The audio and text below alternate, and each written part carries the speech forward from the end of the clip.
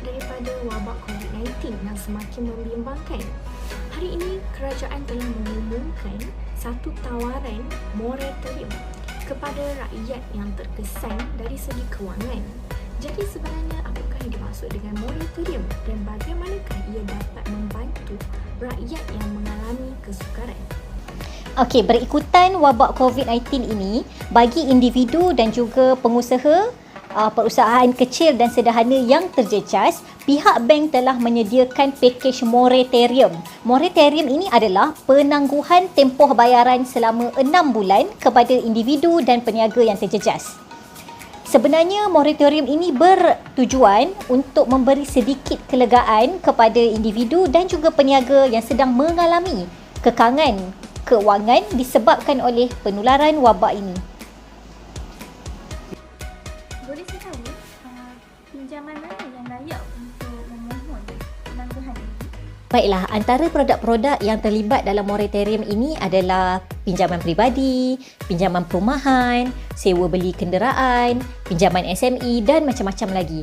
Tapi perlu diingatkan juga, pakej moratorium ini tidak termasuk sekali dengan pembayaran kredit kad. Tetapi BNM telah mengeluarkan satu guideline di mana credit card balance tu can be converted into a term loan tetapi dengan interest tidak melebihi 13%. Baiklah, untuk kemudahan para pelanggan juga, BNM telah membuat sistem moratorium ini secara automatik, meaning that tak perlu buat apa-apa application kepada bank untuk minta. Sekiranya anda memenuhi dua kriteria yang akan saya bincangkan nanti, anda akan terus mendapat pakej moratorium ini secara automatik. Jadi, dengan adanya moratorium ini, pembayaran pinjaman akan ditangguhkan. Jadi sekiranya ditangguhkan, sudah tentulah tempoh pembiayaan akan semakin bertambah. Jadi bagaimana pula dengan interest yang dikenakan oleh bank? Okey, moratorium ni hanyalah penangguhan pembayaran dalam tempoh 6 bulan. Tetapi interest bank akan berjalan seperti biasa. Maknanya, faedah bank akan terakru ke atas bayaran balik yang ditangguhkan tu.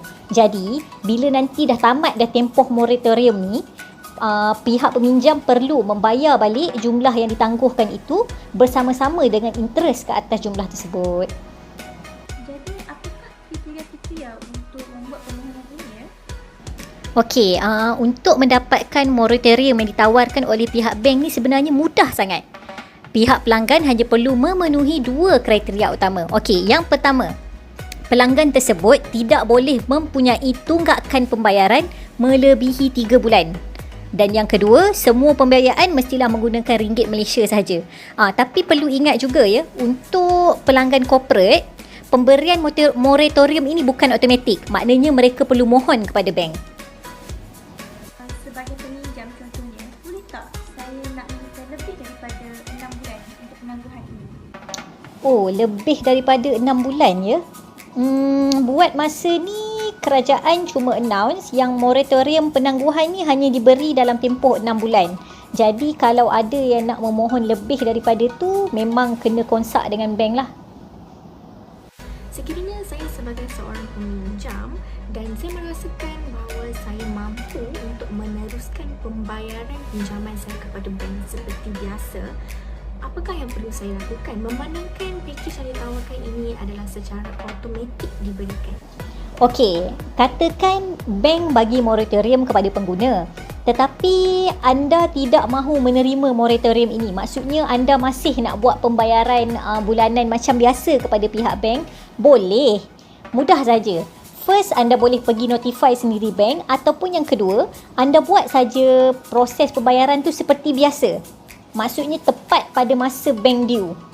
Jadi, at the end of the tenure of your financing tu nanti, bank tak akan tambahlah balik tempoh 6 bulan kepada financing anda.